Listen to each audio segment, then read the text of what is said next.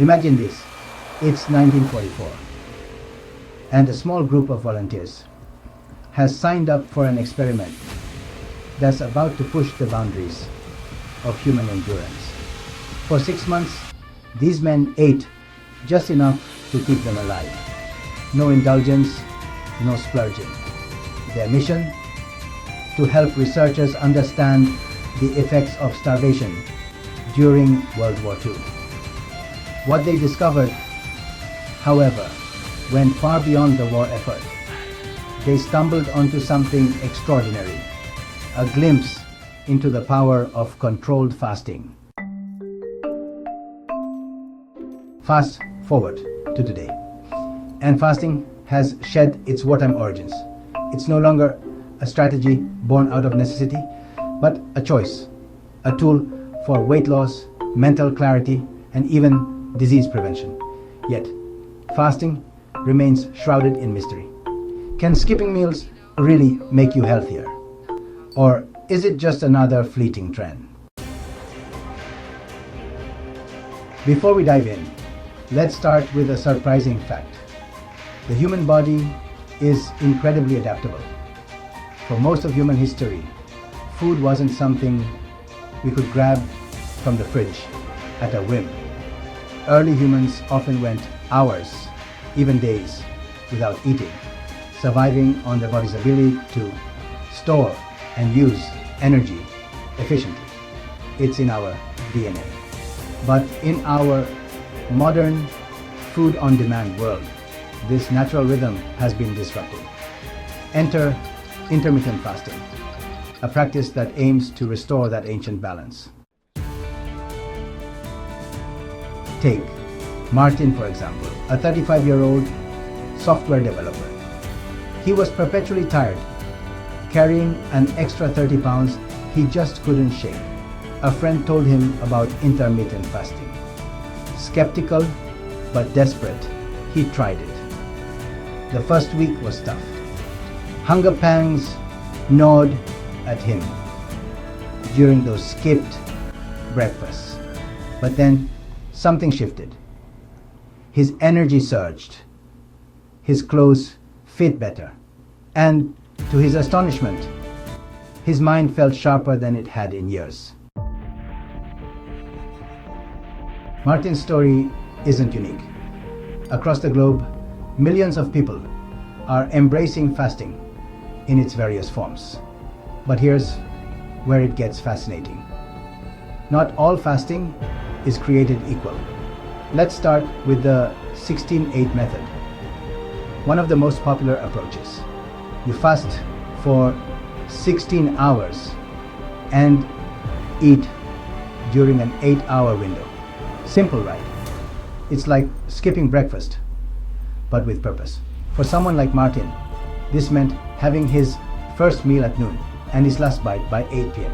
During those fasting hours, his body wasn't just sitting idle. It was breaking down fat, stabilizing blood sugar, and even reducing inflammation. Then there's the 5-2 method. For 5 days you eat normally, but for 2 non-consecutive days, you cut your calories down to about 500 or 600.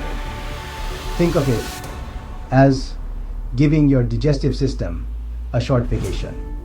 Studies have shown this approach not only helps with weight loss, but also improves markers for longevity and cardiovascular health. And let's face it, 2 days of restraint feels more doable than endless weeks of dieting. And what about alternate day fasting? This one's a bit more hardcore. You fast every other day. On fasting days, you might eat a small meal, or you might eat nothing at all. The results: rapid weight loss and dramatic improvements in insulin sensitivity. But it's not for the faint of heart. Imagine turning down dinner with friends every other night. Not exactly a social butterfly's dream. For the truly bold, there's prolonged fasting, going without food for 24, 48, or even 72 hours. It's extreme, no doubt, but prolonged fasting has been linked to cellular repair and regeneration thanks to a process called autophagy. When you fast long enough, your body starts cleaning house, breaking down old damaged cells and replacing them with fresh ones. It's like hitting the reset button on your health. But let's not romanticize fasting without addressing the elephant in the room. It's not easy. Hunger can feel like a tidal wave, and the temptation to give in can be overwhelming. Yet, for many, the benefits outweigh the discomfort. Take a moment to consider Sarah, a 42-year-old mother of two.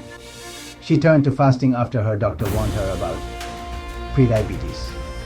The first month was brutal. She'd lie awake at night, stomach growling.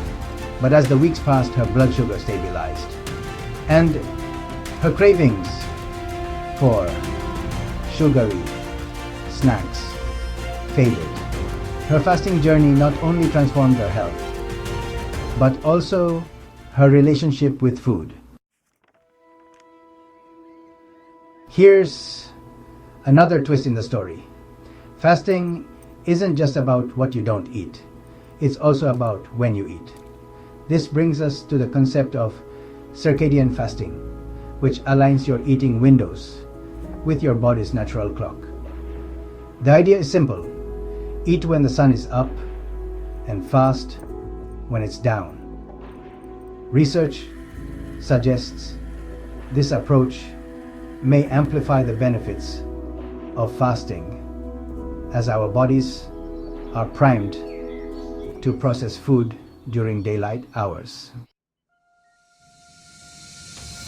But as promising as fasting sounds, it's not a magic bullet. It's not for everyone. Pregnant women, people with certain medical conditions, or those with a history of eating disorders should tread carefully.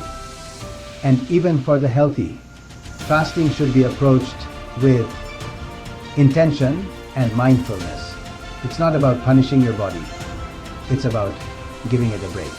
So, where does this leave us? Fasting is as much a mental journey as it is a physical one. It challenges our modern relationship with food, forcing us to confront our habits and cravings. But for those who embrace it, the rewards can be life-changing.